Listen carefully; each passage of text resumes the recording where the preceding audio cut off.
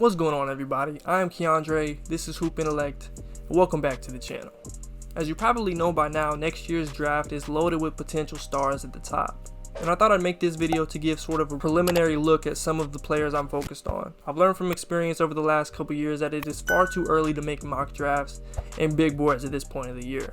That's how you end up with James Michael McAdoo as the top 10 pick, or how you don't even mention John Moran or Trae Young before they become top 5 guys. In this video, we'll take a look at some of the players you should keep your eye on in college basketball, the G League Select program, and in international play. And I'll definitely tell you who some of my favorites are. Let's go ahead and get straight to it. Starting in college basketball, these are some of the guys I see in that first tier of prospects. Obviously, there are a few others missing from this tier in terms of the complete NBA draft, namely Jalen Green and Jonathan Kuminga, but we'll group them all together at the end. If you follow high school basketball in any way, you've probably heard of these guys at some point in the last 3 to 4 years. Right now, Cade Cunningham from Oklahoma State is the headliner of this class. There aren't a whole lot of takeaways from what I've seen so far due to the competition he's played and just the lack of rhythm most of the teams outside of like Gonzaga and Illinois have had. But Cade is a 6'8" point guard with a lot of different skills and a high IQ, definitely one of the main players to keep your eye on as the season moves along. The true appeal of this class and of college basketball this season comes from these first tier versatile wings like Jalen Johnson out of Duke, BJ Boston and Terrence Clark from Kentucky, Stanford's Zaire Williams, and Florida State's Scotty Barnes. All of them have unique games and skill sets. I'm already a big fan of what they can do. Evan Mobley is likely going to be the best big man prospect at the end of the season. He's a legit 7-footer with a 7'5" wingspan. He's exceptionally agile for his size and has a lot of untapped offensive potential. He even held his own against number 2 overall pick James Wiseman when they were in high school. He actually reminds me a lot of Chris Bosh when he was at Georgia Tech. If you see a USC game on this year, definitely keep it on for a while to check him out. Running off what I think is the top of the top tier, we have Jalen Suggs. Suggs is a really nice athlete, floor general, and just all around good player. He has a great chance to be one of the defining players of the college basketball season. The other guys I have in that top tier as of now are Greg Brown out of Texas, Tennessee's Jaden Springer and Keon Johnson, Arizona State's Josh Christopher, and Illinois' Ayo Dosunmu. Greg Brown is an explosive athlete who is always looking to put you on a poster. I saw him a lot in high school, but I definitely want to see how the rest of his game develops. Jaden Springer and Keon Johnson should make a lot of noise in the SEC this season.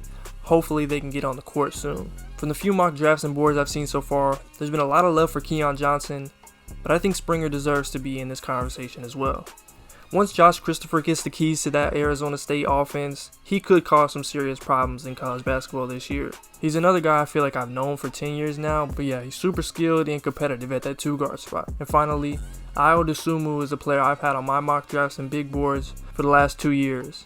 Simply put, he's an NBA talent that should receive legitimate consideration in the first round. These first 3 games have confirmed what I've seen from him in the past. He's a great athlete with good defensive potential. He can run the show offensively, does a good job of getting his teammates in the right positions, and has looked miles more comfortable as a shooter and a scorer so far.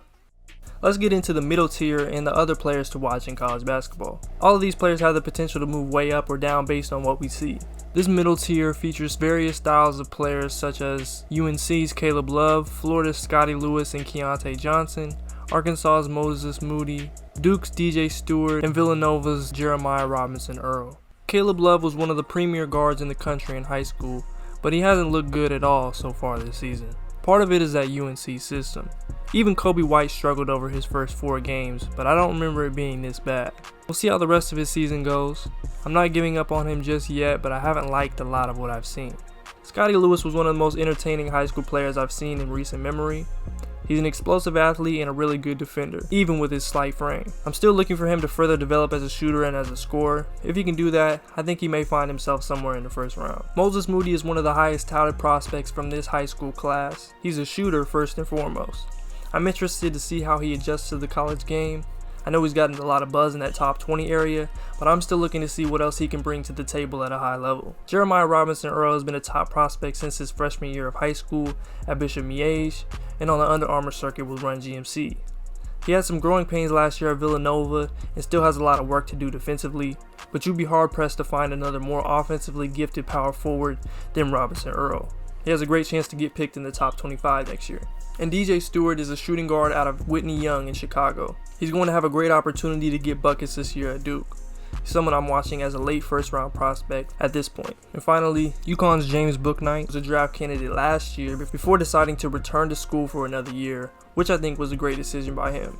He's a smooth two-guard with a knack for scoring the ball, and I'm intrigued by what I've seen from him. Now, this last group of college prospects features several upperclassmen who have been really effective in the past and are just missing a couple attributes that'll get them drafted, and some underclassmen who have shown league potential in high school or during their freshman year, but have a level yet still to reach. Some of those underclassmen are guys like LSU's Trendon Watford and Cameron Thomas, and DePaul's Romeo Weems, among others. All of these players have definitely shown that there's something there in terms of potential, but have further to go to be draft worthy. Trendon Watford was a top 20 player in the 2019 high school class. He was solid his freshman year at LSU, but so far this year, he looks like he's moving better, and he's taking control of the team with a bigger offensive role. His teammate Cam Thomas has gotten buckets on pretty much every level you can before you even get to college. Everything is preliminary right now, but he's someone who could definitely be in contention for the first round.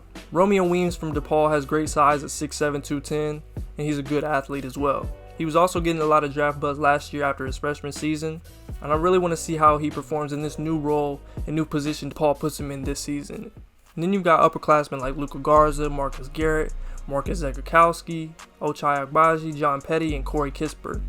I've been a fan of guys like Ochai Agbaji and John Petty for a while. It's only been 2 games, but Agbaji is looking a lot more like that guy I thought he could be after he broke out in the middle of his freshman season. John Petty is now a senior, and if he can continue to shoot the ball the way he did last year, he'll likely get drafted, albeit probably in the second round. He's had some issues with consistency, having multiple game stretches where he'll go 3 for 17 over 4 games, and then others where he'll go 21 for 34. And then you've got guys like Luka Garza, who has definitely been one of the best college basketball players over the last few years, but his game as we've known it probably won't translate to the league well. Marcus Garrett, Corey Kispert are some other names to watch.